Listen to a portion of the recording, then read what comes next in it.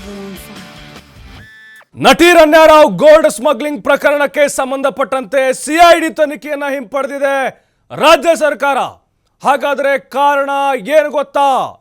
24 ಗಂಟೆಯ ಒಳಗಡೆ ಈ ಒಂದು ಆದೇಶ ಬಂದಿದೆ. ಸಿಐಡಿಗೆ ಕೊಟ್ಟಿತ್ತು ಸರ್ಕಾರ ತನಿಖೆನ ಮಾಡಬೇಕು ಅಂತ ಹೇಳಿ. ಆದ್ರೆ ಈಗ ಹಿಂಪಡೆದಿದೆ. ಯಾಕೆ? ಏನು ಕಾರಣ? ಯಾಕೆ ಈ ದಿಢೀರ್ ಆದೇಶ? ಯಾಕಂದ್ರೆ ಗೌರವ್ ಗುಪ್ತಾ ನೇತೃತ್ವದಲ್ಲಿ ತನಿಖೆ ನಡೀತಾ ಇದೆ ಅಲ್ವಾ, ಹಾಗಾಗಿ ಎರಡೂ ಒಟ್ಟಿಗೆ ತನಿಖೆ ಬೇಡ ಅಂತ ಹೇಳಿ ಆದೇಶವನ್ನ ವಾಪಸ್ ಪಡೆದುಕೊಂಡಿದೆ. ಪ್ರೋಟೋಕಾಲ್ ಮಿಸ್ಯೂಸ್ ಆಗಿರೋ ಬಗ್ಗೆ ತನಿಖೆ ನಡೀತಾ ಇದೆ. ಅಂದ್ರೆ ಪೊಲೀಸ್ ಅಧಿಕಾರಿಗಳನ್ನ ವಿಚಾರಣೆಗೆ ಒಳಪಡಿಸೋದು, ಅಲ್ಲಿ ಏರ್ಪೋರ್ಟ್ ಪೊಲೀಸರು ಜೊತೆಗೆ ಅವ್ರ ಮಲತಂದೆ ರಣ್ಯಾರಾವ್ ಮಲತಂದೆ ಇದಾರಲ್ವಾ ರಾಮಚಂದ್ರ, ಅವ್ರದ್ದು ತನಿಖೆ ಮಾಡಬೇಕು ಅಂತ ಈಗ ಗೌರವ್ ಗುಪ್ತಾ ಒಂದು ಕಮಿಟಿಯನ್ನು ಮಾಡಿದ್ರು. ಹೀಗಾಗಿ ಒಂದನ್ನ ವಾಪಸ್ ಪಡೆದಿದೆ ರಾಜ್ಯ ಸರ್ಕಾರ. ಅಂದ್ರೆ ಸಿಐಡಿ ತನಿಖೆ ಮಾಡೋದು ಬೇಡ ಅಂತ, ಒಟ್ಟಿಗೆ ಏಕಕಾಲಕ್ಕೆ ತನಿಖೆನ ಮಾಡಿದ್ರೆ ಮತ್ತೆ ಗೊಂದಲಗಳಾಗಬಹುದು ಅನ್ನುವಂಥ ಕಾರಣ. ಸರ್ಕಾರದ ಹೆಚ್ಚುವರಿ ಕಾರ್ಯದರ್ಶಿ ಗೌರವ್ ಗುಪ್ತಾ ಈಗ ಅದರ ತನಿಖೆನ ಮಾಡ್ತಾ ಇದ್ದಾರೆ. ಪ್ರೋಟೋಕಾಲ್ ದುರ್ಬಳಕೆಯಾಗಿದೆ ಅನ್ನುವಂಥ ಅನುಮಾನಗಳಿತ್ತು. ಏರ್ಪೋರ್ಟ್ನ ಅಧಿಕಾರಿಗಳು, ಅದರಲ್ಲೂ ಏರ್ಪೋರ್ಟ್ ಠಾಣೆಯ ಪೊಲೀಸ್ ಅಧಿಕಾರಿಗಳು ಈಕೆಗೆ ಬೆಂಬಲ ಕೊಟ್ಟಿದ್ದಾರೆ, ಸಹಕಾರವನ್ನು ನೀಡಿದ್ದಾರೆ ಅಂತೇಳಿ. ಅವರ ತಂದೆ ಮಲತಂದೆ IGP ಹಿರಿಯ IPS ಅಧಿಕಾರಿ ರಾಮಚಂದ್ರ ರಾವ್ ಅವರು ಕೂಡ ಈಕೆಗೆ ಬೆಂಬಲವನ್ನು ಕೊಟ್ಟಿರಬಹುದು ಅನ್ನುವಂಥ ಅನುಮಾನಗಳಿದ್ದಾವೆ. ಹಾಗಾಗಿ ಅವರ ವಿರುದ್ಧವೂ ಕೂಡ ತನಿಖೆಯಾಗಬೇಕು, ವರದಿಯನ್ನು ಕೊಡಬೇಕು ಅಂತ ಸರ್ಕಾರ ಆದೇಶವನ್ನು ಕೊಟ್ಟಿತ್ತು. ಸಿದ್ದರಾಮಯ್ಯನವರು ಕೂಡ ಸೂಚನೆಯನ್ನು ಕೊಟ್ಟಿದ್ದರು. ಬಟ್ ರಾಮಚಂದ್ರ ರಾವು ಈಗ ನೋಡಿ, CID ತನಿಖೆ SP ರಾಘವೇಂದ್ರ ಹೆಗಡೆ ಅವರ ನೇತೃತ್ವದಲ್ಲಿ ತನಿಖೆ ಆಗಬೇಕಾಗಿತ್ತು. ರಾಘವೇಂದ್ರ ಹೆಗಡೆ ನೇತೃತ್ವದಲ್ಲಿ ತನಿಖೆ ಬೇಡ ಅಂತ ರಾಮಚಂದ್ರ ರಾವ್ ಆಕ್ಷೇಪಣೆಯನ್ನು ವ್ಯಕ್ತಪಡಿಸಿದರು. ಅದು ಕೂಡ ಒಂದು ಕಾರಣ ಅಂತ ಹೇಳಲಾಗ್ತಾ ಇದೆ. ಯಾಕಂದರೆ ಹಿಂದೆ ಅವರು ಮೈಸೂರಿನಲ್ಲಿ ಕರ್ತವ್ಯ ನಿರ್ವಹಿಸ್ತಾ ಇದ್ದಾಗ ಅವ್ರ ಮೇಲೆ ಒಂದು ಗಂಭೀರ ಆರೋಪ ಬಂದಿತ್ತು ದರೋಡೆ ಕೇಸ್ನಲ್ಲಿ. ಆಗಲೂ ಕೂಡ ಇದೇ ಹೆಗಡೆ ಅವರು ತನಿಖೆಯನ್ನು ಮಾಡಿದರು. ಮತ್ತವ್ರೇನಾದರೂ ಕಠಿಣವಾದಂಥ ನಿಲುವು ತಾಳಬಹುದು ಅನ್ನುವಂಥ ಭಯ ಕೂಡ ಇವರಿಗೆ ಕಾಡ್ತಾ ಇರಬಹುದು. ಹಾಗಾಗಿ ತನಿಖೆಯನ್ನು ಈಗ ವಾಪಸ್ ಸರ್ಕಾರ ಪಡೆದುಕೊಂಡಿದೆ. ಯಾಕಂತಂದರೆ ಈಗ ಗೌರವ್ ಗುಪ್ತಾ ಅವರ ನೇತೃತ್ವದಲ್ಲಿ ತನಿಖೆ ನಡೀತಾ ಇದೆ. ಅಲ್ಲಿ ಆರೋಪ ಏನಾದರೂ ಸಾಬೀತಾಯಿತು ಅಂತ ಹೇಳಿದ್ರೆ ಖಂಡಿತವಾಗ್ಲೂ ಅವರ ಮೇಲೂ ಕೂಡ ಕ್ರಮ ಆಗುತ್ತೆ. ಯಾಕಂದರೆ ಅಷ್ಟು ಸುಲಭವಾಗಿ ದುಬೈನಿಂದ 10-15 kg ಗೋಲ್ಡನ್ನು ತೆಗೆದುಕೊಂಡು ಬರೋದು ಅಷ್ಟು ಈಸಿ ಸುಲಭವಾದ ಕೆಲಸ ಅಲ್ಲ. ಕ್ಷಣ ಕ್ಷಣಕ್ಕೂ ಕೂಡ ಅಲ್ಲಿ ತಪಾಸಣೆಯನ್ನು ಮಾಡ್ತಾ ಇರ್ತಾರೆ ಕಸ್ಟಮ್ಸ್ ಅಧಿಕಾರಿಗಳು, DRI ಅಧಿಕಾರಿಗಳು ಮತ್ತು ಏರ್ಪೋರ್ಟ್ ಪೊಲೀಸರು. ಬಟ್ ಈಕೆಯ ಚಲನವಲನಗಳ ಮೇಲೆ ಯಾಕೆ ಕಣ್ಣಿಟ್ಟಿರಲಿಲ್ಲ?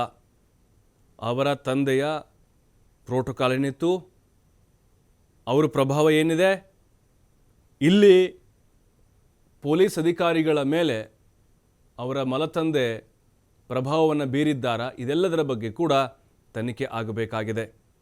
CIDಗೆ ವಹಿಸಿ ಸರ್ಕಾರ ಆದೇಶವನ್ನು ಕೊಟ್ಟಿತ್ತು. ಮುಖ್ಯಮಂತ್ರಿಗಳು ಇದನ್ನು ಗಂಭೀರವಾಗಿ ತೆಗೆದುಕೊಂಡಿದ್ದರು. ಯಾಕಂತ ಹೇಳಿದ್ರೆ ರಾಜ್ಯದಲ್ಲೇ ನಡೆದಂಥ ಅತಿ ದೊಡ್ಡ ಗೋಲ್ಡ್ ಸ್ಮಗ್ಲಿಂಗ್ ಕೇಸ್ ಆಗಿತ್ತಿದು. 24 ಗಂಟೆ ಒಳಗಡೆ ಈ ಒಂದು ಆದೇಶವನ್ನು ಸರ್ಕಾರ ಹಿಂಪಡೆದುಕೊಂಡಿದೆ. ಗೌರವ್ ಗುಪ್ತಾ ಹಿರಿಯ IAS ಅಧಿಕಾರಿ ಅವರು ಈ ಒಂದು ತನಿಖೆಯನ್ನು ನಡೆಸಲಿದ್ದಾರೆ. ರಾಮಚಂದ್ರ ಅವರನ್ನು ಕೂಡ ವಿಚಾರಣೆಗೆ ಒಳಪಡಿಸುವಂತಹ ಸಾಧ್ಯತೆಗಳು ಇದ್ದಾವೆ. ಯಾಕೆಂದರೆ ಈ ಹಿಂದೆ ಅದರ ಒಂದು ಬೆಂಬಲ ಇಲ್ಲದೆ, ಪ್ರಭಾವಿಗಳ ಸಹಕಾರವಿಲ್ಲದೆ ಇಷ್ಟು ದೊಡ್ಡ ಮಟ್ಟದ ಸ್ಮಗ್ಲಿಂಗ್ ಆಗಲಿಕ್ಕೆ ಸಾಧ್ಯನೇ ಇಲ್ಲ. ಮತ್ತಷ್ಟು ಮಾಹಿತಿ ಶಿವಕುಮಾರ್ ನೀಡ್ತಾರೆ. ಶಿವಕುಮಾರ್, ಈಗ ರಣ್ಯಾರಾವ್ ಗೋಲ್ಡ್ ಸ್ಮಗ್ಲಿಂಗ್ ಕೇಸು ದೊಡ್ಡ ಮಟ್ಟದಲ್ಲಿ ಸಂಚಲನ ಕಾರಣ ಆಗ್ತಾ ಇದೆ. ಈಗ ಎರಡೂ ಒಟ್ಟಿಗೆ ತನಿಖೆ ಬೇಡ ಅನ್ನುವಂಥ ಕಾರಣಕ್ಕೆ ಹಿಂಪಡೆಯಲಾಗಿದೆಯಾ? ಅದರ ಜೊತೆಗೆ ಈಗ ಅಲ್ಲಿ ರಾಮಚಂದ್ರ ರಾವ್ ಕೂಡ CID ತನಿಖೆಗೆ ಅಲ್ಲಿ SP ಹೆಗಡೆ ಅವರಿದ್ದಾರೆ ಅನ್ನುವಂಥ ಕಾರಣಕ್ಕೇನೋ ಆಕ್ಷೇಪಣೆ ವ್ಯಕ್ತಪಡಿಸಿದ್ರು ಅನ್ನುವಂಥ ಕಾರಣ ಇದೆ. ಹಾಗಾಗಿನೇ ಈಗ ತನಿಖೆ ಯಾವ ಒಂದು ಆಯಾಮದಲ್ಲಿ ನಡೆಯುತ್ತೆ ಅನ್ನೋದಾಗಾದ್ರೆ? ಪ್ರಭು, ರಣ್ಯಾರಾವ್ ಗೋಲ್ಡ್ ಸ್ಮಗ್ಲಿಂಗ್ ಪ್ರಕರಣ ರಾಷ್ಟ್ರೀಯ ಮಟ್ಟ ಅಲ್ಲ, ಅಂತಾರಾಷ್ಟ್ರೀಯ ಮಟ್ಟದಲ್ಲಿ ದೊಡ್ಡ ಮಟ್ಟದ ಸದ್ದಾಗ್ತಾ ಇದೆ. ಹಿರಿಯ ಪೊಲೀಸ್ ಅಧಿಕಾರಿಯ ಪುತ್ರಿಯೇ ಈ ರೀತಿಯಾದಂತ ಒಂದು ಅಪರಾಧವನ್ನ ಈಗ ಎಸಗಿರೋದ್ರಿಂದ ಸಹಜವಾಗಿ ಎಲ್ಲರ ದೃಷ್ಟಿ ಅದೇ ಕಡೆ ಇದೆ. ಇವತ್ತು ಸದನದಲ್ಲೂ ಕೂಡ ಇದರ ಬಗ್ಗೆ ಚರ್ಚೆ ಆಗಬಹುದು. ಮತ್ತೊಂದು ಕಡೆ ರಾಜ್ಯ ಸರ್ಕಾರ ಈ ಒಂದು ಗಂಭೀರವಾದಂತ ಆರೋಪದಿಂದ ಮುಕ್ತರಾಗಬೇಕು. ಯಾಕಂದ್ರೆ ಸರ್ಕಾರಕ್ಕೆ ಡ್ಯಾಮೇಜ್ ಈ ಪ್ರಕರಣ.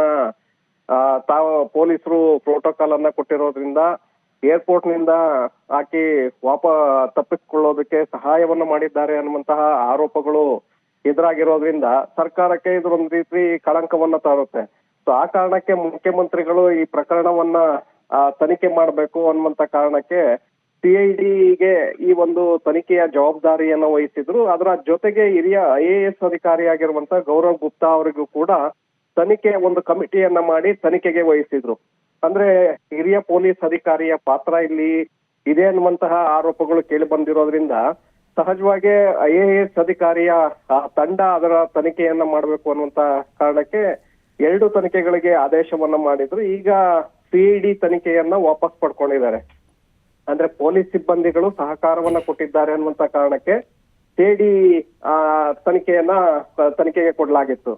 ಈಗ ಹಿರಿಯ ಪೊಲೀಸ್ ಅಧಿಕಾರಿ ಕೂಡ ಇರೋದ್ರಿಂದ ಎಲ್ಲರ ತನಿಖೆಯನ್ನು ಕೂಡ ಗೌರವ್ ಗುಪ್ತಾ ಅವರ ಕಮಿಟಿಯೇ ಮಾಡ್ಬೇಕು ಅನ್ನುವಂತ ಕಾರಣಕ್ಕೆ ಈಗ CID ವಾಪಸ್ ಪಡ್ಕೊಂಡಿದೆ. ಗೌರವ್ ಗುಪ್ತಾ ಅವರ ಕಮಿಟಿ ಈಗ ತನಿಖೆಯನ್ನ ಮುಂದುವರಿಸುತ್ತೆ. ರಾಮಚಂದ್ರ ರಾವ್ ಅವರನ್ನು ಕೂಡ ವಿಚಾರಣೆಗೆ ಒಳಪಡಿಸುತ್ತೆ ಕಮಿಟಿ. ಜೊತೆಗೆ ಯಾರೆಲ್ಲ ಇದರಲ್ಲಿ ಇನ್ವಾಲ್ವ್ಮೆಂಟ್ ಆಗಿದ್ದಾರೆ ಅನ್ನುವಂತ ಆರೋಪಗಳು ಬರ್ತಾ ಇದೆ.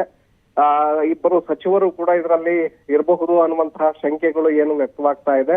ಹಾಗೆ ಬಿಜೆಪಿ ನಾಯಕರು ಕೂಡ ಇದರಲ್ಲಿ ಇದ್ದಾರೆ ಅನ್ನುವಂತಹ ಆರೋಪಗಳನ್ನ ಈಗಾಗಲೇ ಕಾಂಗ್ರೆಸ್ನವರು ಮಾಡ್ತಾ ಇದ್ದಾರೆ. ಈ ಎಲ್ಲದರ ಬಗ್ಗೆ ಗೌರವ್ ಗುಪ್ತಾ ಅವರ ಕಮಿಟಿ ತನಿಖೆಯನ್ನ ಮಾಡುತ್ತೆ, ಸರ್ಕಾರಕ್ಕೆ ವರದಿಯನ್ನ ಸಲ್ಲಿಸುತ್ತೆ. ವರದಿಯಲ್ಲಿ ಎಲ್ಲಿ ಲೋಪದೋಷಗಳಾಗಿದೆ, ಹಿರಿಯ ಪೊಲೀಸ್ ಅಧಿಕಾರಿಯ ಸಹಕಾರ ಇದೆಯಾ, ಹೇಗೆ, ಇದೆಲ್ಲವನ್ನು ನೋಡಿ ನಂತರದಲ್ಲಿ ಸರ್ಕಾರ ಕ್ರಮವನ್ನ ತೆಗೆದುಕೊಳ್ಳುವಂತ ಸಾಧ್ಯತೆಗಳಿದೆ.